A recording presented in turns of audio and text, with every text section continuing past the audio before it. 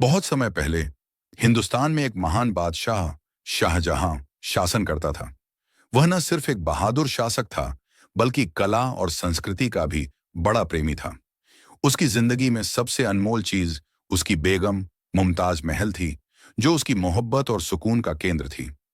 मुमताज महल न सिर्फ बेहद खूबसूरत थी, बल्कि अपनी नरमी, रहमदिली और वफादारी के कारण शाहजहां के दिल में एक खास मुकाम रखती थी। शाहजहां और मुमताज महल की मोहब्बत बेमिसाल थी, लेकिन किस्मत को कुछ और ही मंजूर था।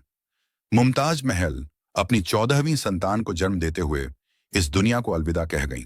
शाहजहां के लिए यह सदमा बर्दाश्त से बाहर था। उसकी दुनिया वीरान हो गई और उसके दिल में ऐसा खालीपन आ गया जिसे कोई भी भर नहीं सकता था। इस गमगीन लम्हे में शाहजहां ने फैसला किया कि वह अपनी महबूबा की याद में एक ऐसा शाहकार बनाएगा जो मोहब्बत की निशानी बन जाए। इसलिए उसने आदेश दिया कि यमुना नदी के किनारे एक भव्य मकबरा बनाया जाए, जो न सिर्फ वास्तुकला की मिसाल हो, बल्कि उसकी मोहब्बत का प्रतीक भी बने। हजारों कारीगरों, इंजीनियरों और हुनरमंदों को इस काम के लिए इकट्ठा किया गया। ईरान, तुर्की, मध्य एशिया और हिंदुस्तान के बेहतरीन कारीगरों ने इस निर्माण में हिस्सा लिया। सफेद संगमरमर, कीमती पत्थर और दुर्लभ रत्नों का इस्तेमाल किया गया। कई सालों की मेहनत के बाद एक ऐसा भव्य महल तैयार हुआ जो पूरी दुनिया में ताज महल के नाम से मशहूर हुआ।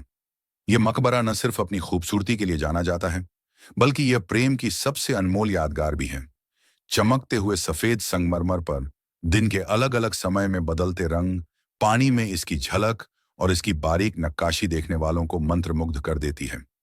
कहते हैं कि शाहजहां की जिंदगी के आखिरी दिन बहुत तकलीफ में बीते।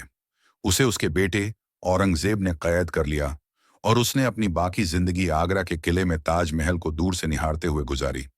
जब वह इस दुनिया से रुखसत हुआ, तो उसे भी उसी ताजमहल में दफन किया गया, जहां मुमताज महल की आखिरी आरामगाह थी। आज भी ताजमहल दुनिया के 7 अजूबों में गिना जाता है और हर साल लाखों पर्यटक इसे देखने आते हैं। यह न सिर्फ वास्तुकला का चमत्कार है, बल्कि एक अमर प्रेम कहानी भी बयां करता है।